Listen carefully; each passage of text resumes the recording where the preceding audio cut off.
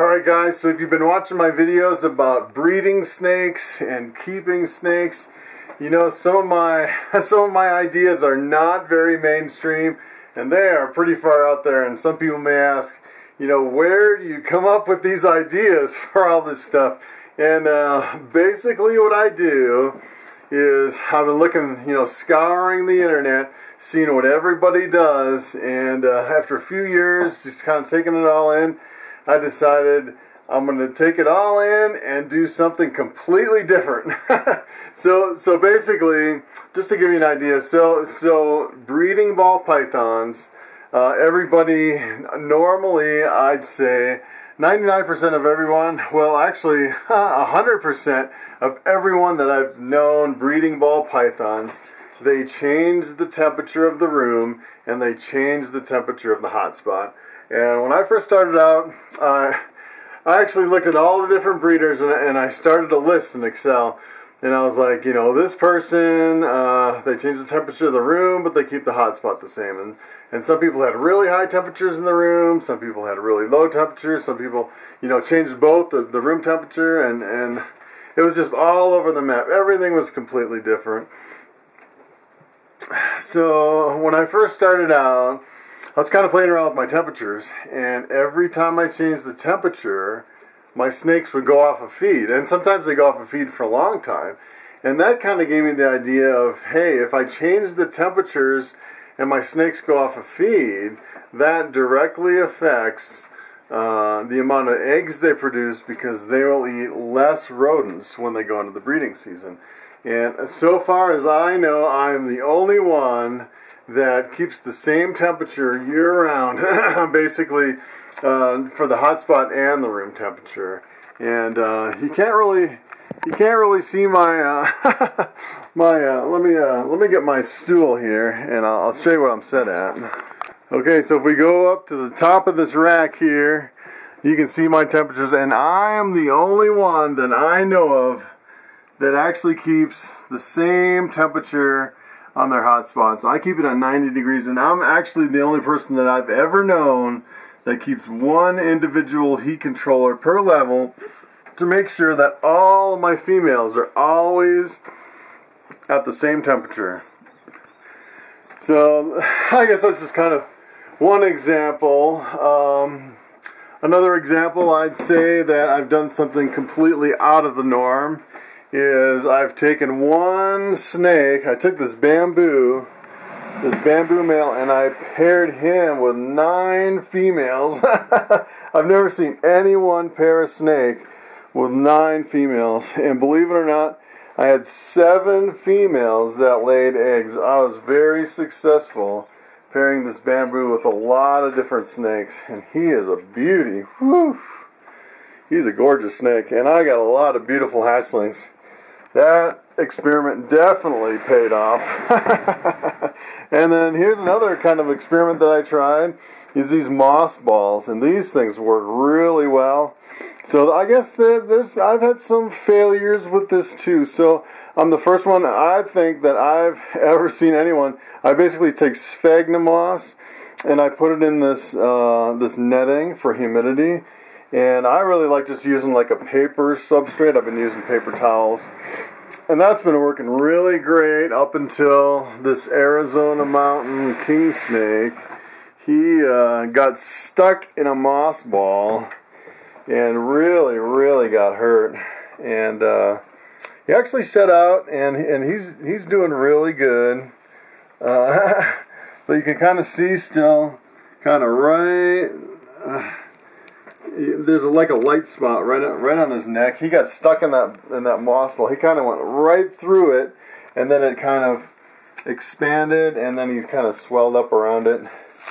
And but he's doing great, and he'll recover from that. But I definitely don't keep the moss balls in with my Arizona mountain males. As a matter of fact, I've taken it out of these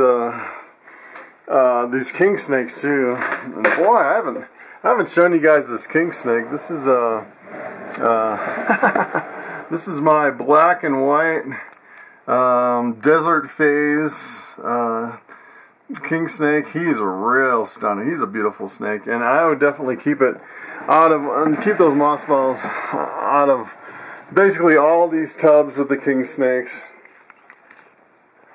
So I've had some other successes and failures along the way. So when I first started breeding, I had eggs that would smell really bad, and they were full of iodine, or full of really bad bacteria. And when I first started out, I was like, oh yeah, this is how you do it. You give them a good soak in this iodine water. And I even made a video about it. If you look back, they're soaking eggs in iodine. And then, a couple weeks later, I put a little note on that video. I said, by the way, this didn't work. Don't do iodine. It doesn't work.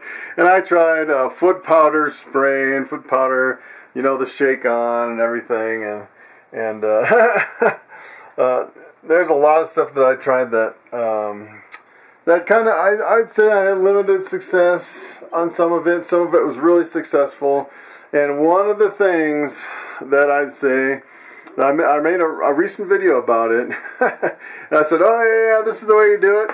And by the way, don't do it that way.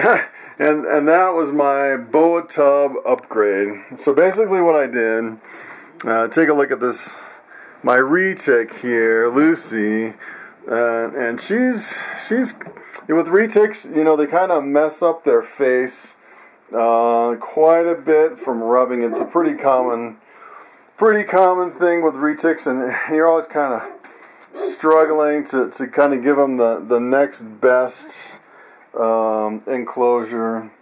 And she's been rubbing her face a whole lot on this, and basically on these ARS tubs, it had a really sharp edge right on the plexiglass window here.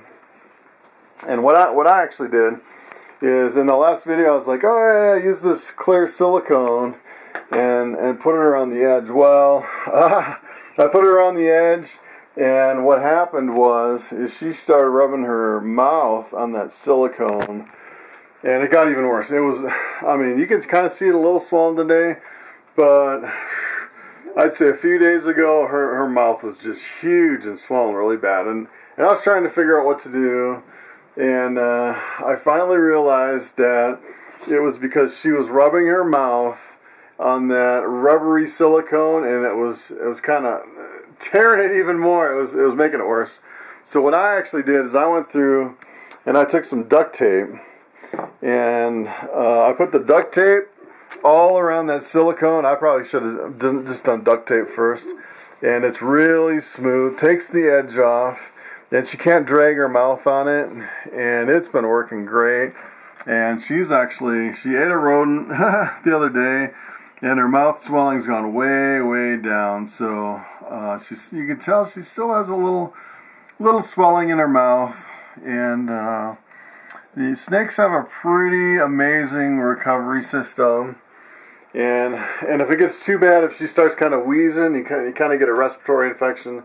That's when I go in with the F10 fog and kind of fog the cage, and it's kind of like an aerosolized antiseptic. So that the aquarium sealant, I would say it was pretty much a bust. I would not recommend the aquarium sealant around the plexiglass sharp edges on the boa tub. So I thought I'd give you this quick update and kind of just let you know some of my successes and failures along the way. And hey, I'm always trying to kind of lead the pack and do the cutting edge thing and kind of think outside the box, because you know, I want the hobby to really progress and move forward, and I don't want to really get stuck behind and just kind of repeat the same thing over and over and over. I kind of want to, you know, think outside the box and do something different, and hopefully, I mean, even if it's a failure, it's still a learning experience. So, well, thanks for watching, and I hope I gave you a little glimpse into kind of what I'm doing here with my thinking and my logic and reasoning behind some of the crazy things that I've been doing. So, thanks for watching, and I will see you next time.